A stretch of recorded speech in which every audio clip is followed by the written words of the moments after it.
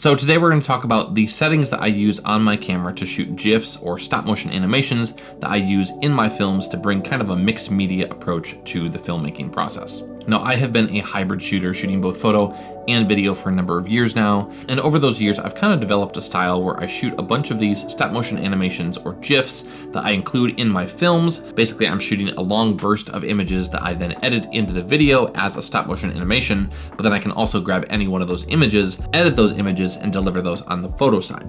And over the years, I've had a lot of different people ask me, hey Josh, like how do you actually set up the camera to shoot these GIFs? How do you kind of approach shooting the GIFs when you're live on the project? How do you frame things? How do you kind of create motion in the dynamic that you do? And so today we're going to talk all about the settings that I use on my camera and the actual shooting approach that I have so that you can integrate more animation into your films. So before you can actually dive into the world of shooting stop motion animation, you need to make sure that your camera is actually capable of shooting these. On the camera side of things, you really just need a camera that has the capability of shooting a sustained burst of images. Now we're going to talk about the details of this later, but basically I recommend shooting 60 to 80 images at the same time. I also shoot these raw, so you just have to make sure that your camera actually has the capability of shooting a high frame rate burst of images up to about 60 or 80 images. The other thing you're going to have to consider is, can your camera's memory card handle the data input that's going to be coming from shooting such a fast burst of images? While your camera might actually be capable of shooting that many images that quickly, can your memory card actually handle all of those images getting written to the memory card?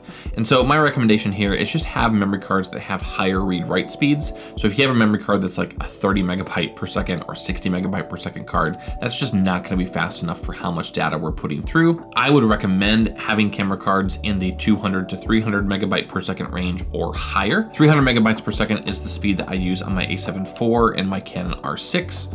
And then on my Canon R3, I actually have the CFast Express cards, and those are like 1500 megabytes per second, so I don't have any issues at all. So if you run into issues with this where your camera's kind of freezing up and lagging up as it's shooting, it's probably the memory card, and you probably just need to upgrade the memory card to a memory card that has a faster read-write speed.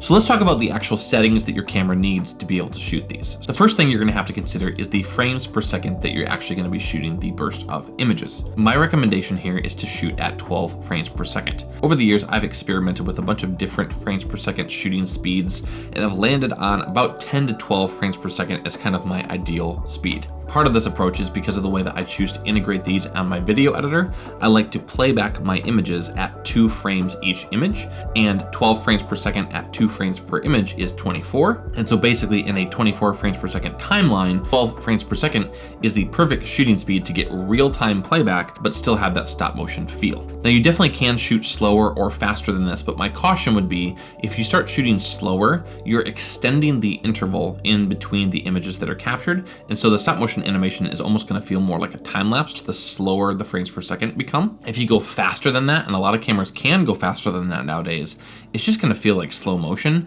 and that kind of takes away the vintagey stop motion-y vibes that I like. And so I found in my years of doing this that 10 to 12 frames per second is about the ideal speed. Now, a pro tip on this is that you need to make sure that you research your camera specs to not just make sure that the camera can shoot that fast, but to make sure that you have the camera settings set up correctly to actually achieve that speed. There's a bunch of different continuous burst mode settings. You have continuous low, continuous high plus.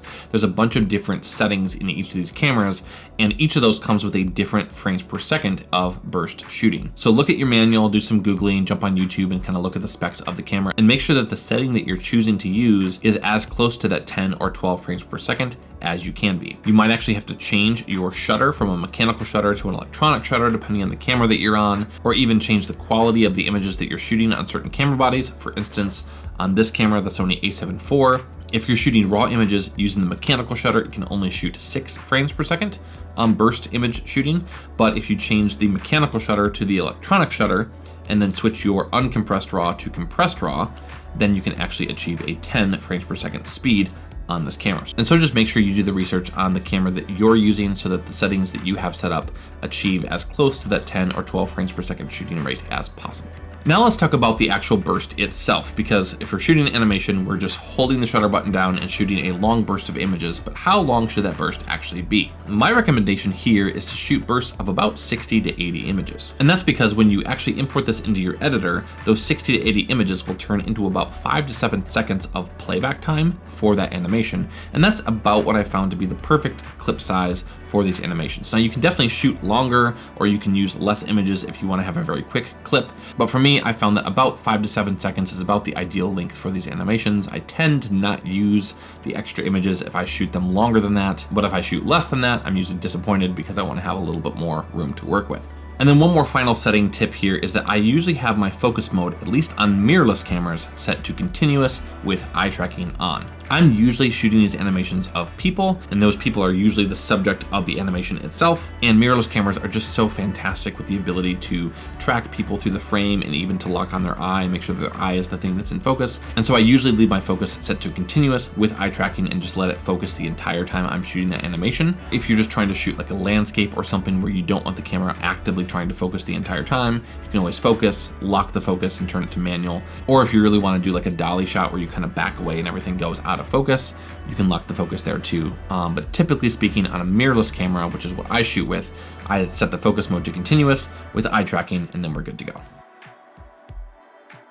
Now let's talk about the shooting approach and how I actually approach composition, framing, and even choosing when to have an animation in the film. Now, the first really important thing to think about here is that unlike when you're shooting still photography, you have to approach shooting this animation like you're shooting a video, because you are. In the photo world, when you're shooting, it's oftentimes compose, focus, shoot, recompose, focus, shoot, etc. But when you're shooting video, you have to make sure your composition is solid the entire way through the frame, and you're thinking about the motion that's happening within the frame. That means when you're shooting this animation, you need to pay attention to your composition the entire way through the burst of shooting. When it comes to thinking about motion, I recommend either trying to capture external motion or to create internal motion. And here's what I mean by that. So when you're filming this animation, you can either capture external motion by just locking your camera solid and then capturing something that's moving externally. For instance, say you have a subject that's walking down a cliff, you might just lock the camera in position, don't move the camera at all, and let the subject kind of walk through the frame. Or if you're shooting a static subject, you might want to move the camera around to kind of create motion internally using the camera. Now, obviously, when you're filming things for video, you might combine the two of these. You might move the camera while the subject's moving. However, I find that when you're shooting these animations, because you're literally limiting the amount of frames that are happening per second, and you have these kind of stop motion stutter effect that's happening, I find that if you try to move the camera and the subject is moving at the same time, oftentimes it'll feel a little bit too erratic because there's multiple instances of movement happening at the same time. And so I really try to either create motion with the camera of a static subject or just lock the camera off and let the subject do its own thing without moving the camera. And I just find that it becomes a lot more pleasing to the eye. There's a lot less erratic movement that's happening, and it just feels a lot more natural. So now that we've talked about capturing motion, the last question becomes, when do you actually shoot these animations? How do I choose between capturing a video of something, capturing just a still of something, or trying to capture an entire burst animation? And really, it comes back to the previous conversation about motion. My best advice here is to look for small but intentional movements that you can capture with this animation. For instance, if someone is running towards the camera and there's a lot of crazy movement happening, that usually tends to be something that you'd want to shoot on video or capture a still image of, but trying to capture an animation of that can be pretty erratic and crazy. However, if a couple is standing off on a cliff and say the groom is giving the bride a little spin, her dress is kind of flailing out, locking the camera in place and shooting a little animation of the bride twirling can feel really, really nostalgic and intentional. Another example here, one of my favorite animations to shoot on a wedding day is small but intentional hand movement. I love capturing the groom like flipping through his little vow book and like looking at the vows that he's written. I love shots of the bride like putting on her rings or messing with bracelets or jewelry. There's definitely not like a right or wrong of how I approach things, but looking for those small but intentional movements that can kind of create that feeling of nostalgia, authenticity, really like bring the viewer into a scene in a way that maybe just a normal video wouldn't do. That's something I love to capture with an animation. So now that you've captured all of these images, how do you actually edit them? Now I have an entire video on kind of my photo video hybrid approach. You can go check that out if you'd like to. I'll link that in the description below.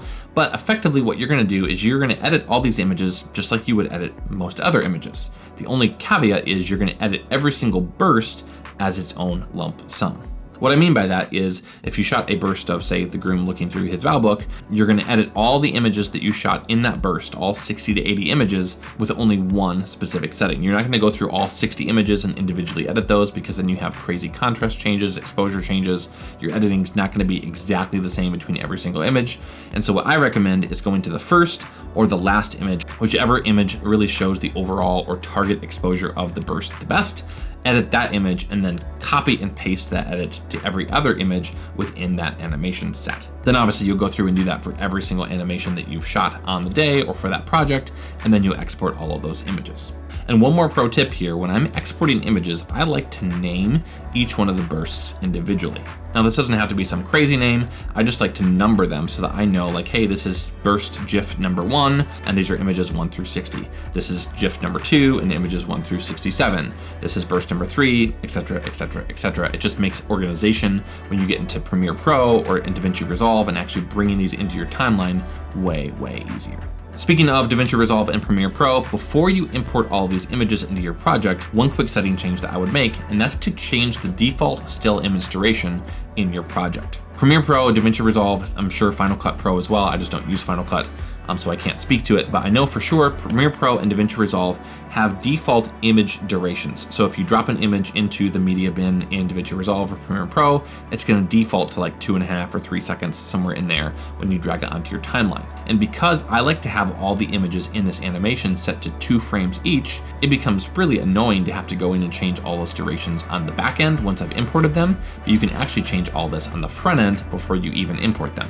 So if you go into your settings, find this in Premiere Pro and DaVinci Resolve, you can change the default still image duration to 2 frames. And then when you import the entire bin of images, all of those will automatically be set to 2 frames.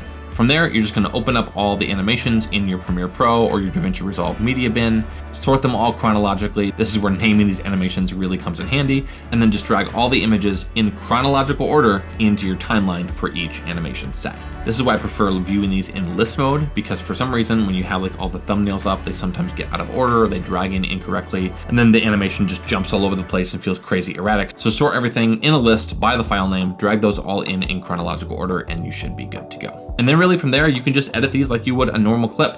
You can drop these animations in just with the normal flow of your video timeline. You can add some crazy grain and lens flare effects and stuff like I do and make these feel super vintagey. Really, whatever you want to do, the world is yours on this. These are just basically extra clips that you can use for your edit. Now, one more pro tip here on the editing side of things. I like to nest my animations or do a compound clip in DaVinci Resolve. Basically take all 60 or 80 frames and turn those into one clip once you've imported those into the timeline. It just makes it way easier than having to move 80 images around if I want to move that whole clip. I can just select all them, compound clip or do a nest so that they're all in one clip. And then you can do like zoom animations, you can do keyframes, you can add effects and stuff to the entire set of them at the same time, rather than having to do one clip at a time or copy and paste. It's just way, way easier to nest everything, compound clip, and then you're good to go. So hopefully that's been a helpful look at the GIF animations that I use in so many of my projects. If you have any questions, drop those below. I know there was a lot of information in this video. Drop me a comment and I'd be happy to help you in any way I can. All right, I'll see you in the next video. Peace.